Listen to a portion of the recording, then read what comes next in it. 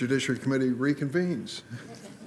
Thank you. I just wanted to offer a personal reflection based on the testimony of Ms. McCullen on the last day of the hearing, who seemed like an extremely nice person and spoke about the engagement of anti-abortion protesters outside New England clinics as an expression of compassion and of love.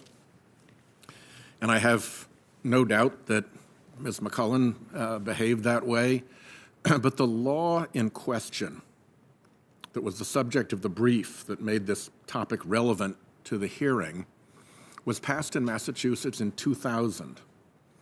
And before that, there had been quite a history outside of clinics in Massachusetts and Rhode Island.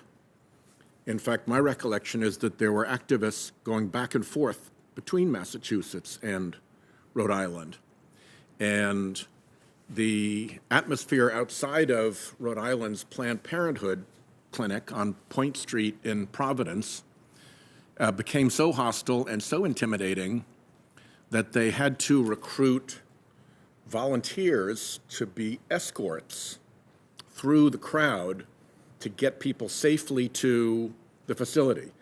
There was a little bit of a zone like a stand-back zone, and they would try to get people to drive in and drop people off in the stand-back zone.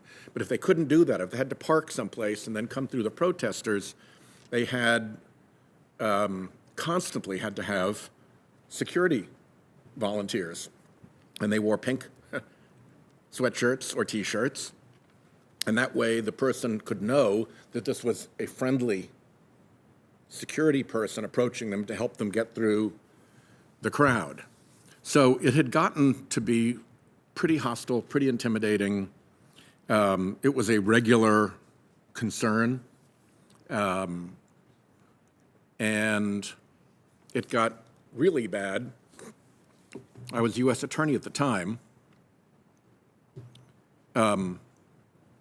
I got word that a man had gone into a clinic in Massachusetts, I think it was in Brookline, and he'd shot a few people. He'd killed the receptionist with a rifle from, just mere feet away.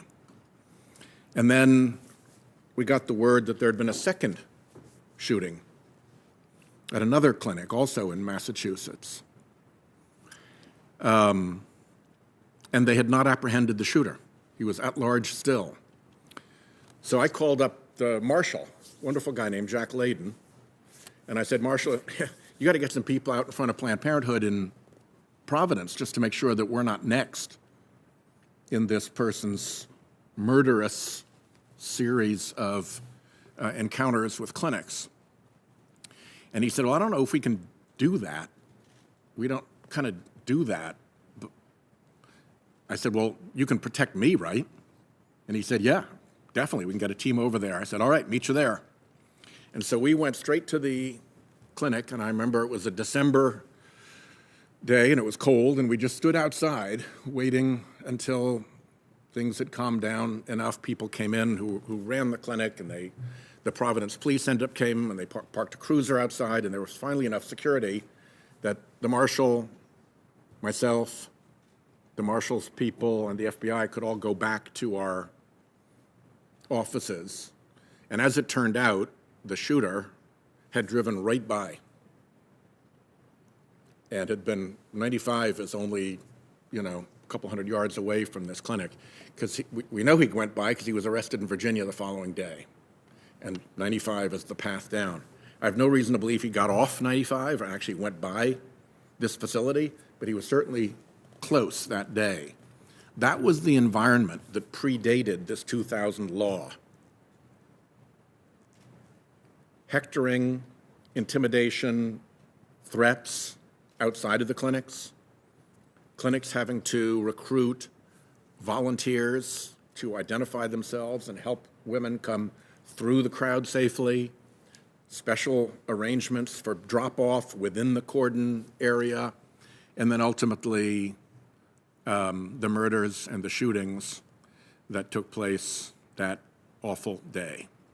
So there's a little bit more to the story of what led to the Massachusetts law than what the testimony of Ms. McCullen would have led one to believe.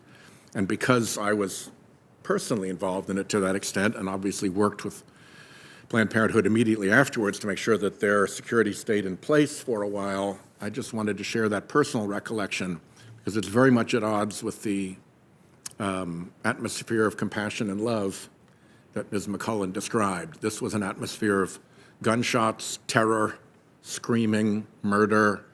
It was a grim time, and that was pre the 2000 law that was the subject of her brief. So thank you for allowing me to relate that. Thanks, Senator Whitehouse. Senator Blumenthal.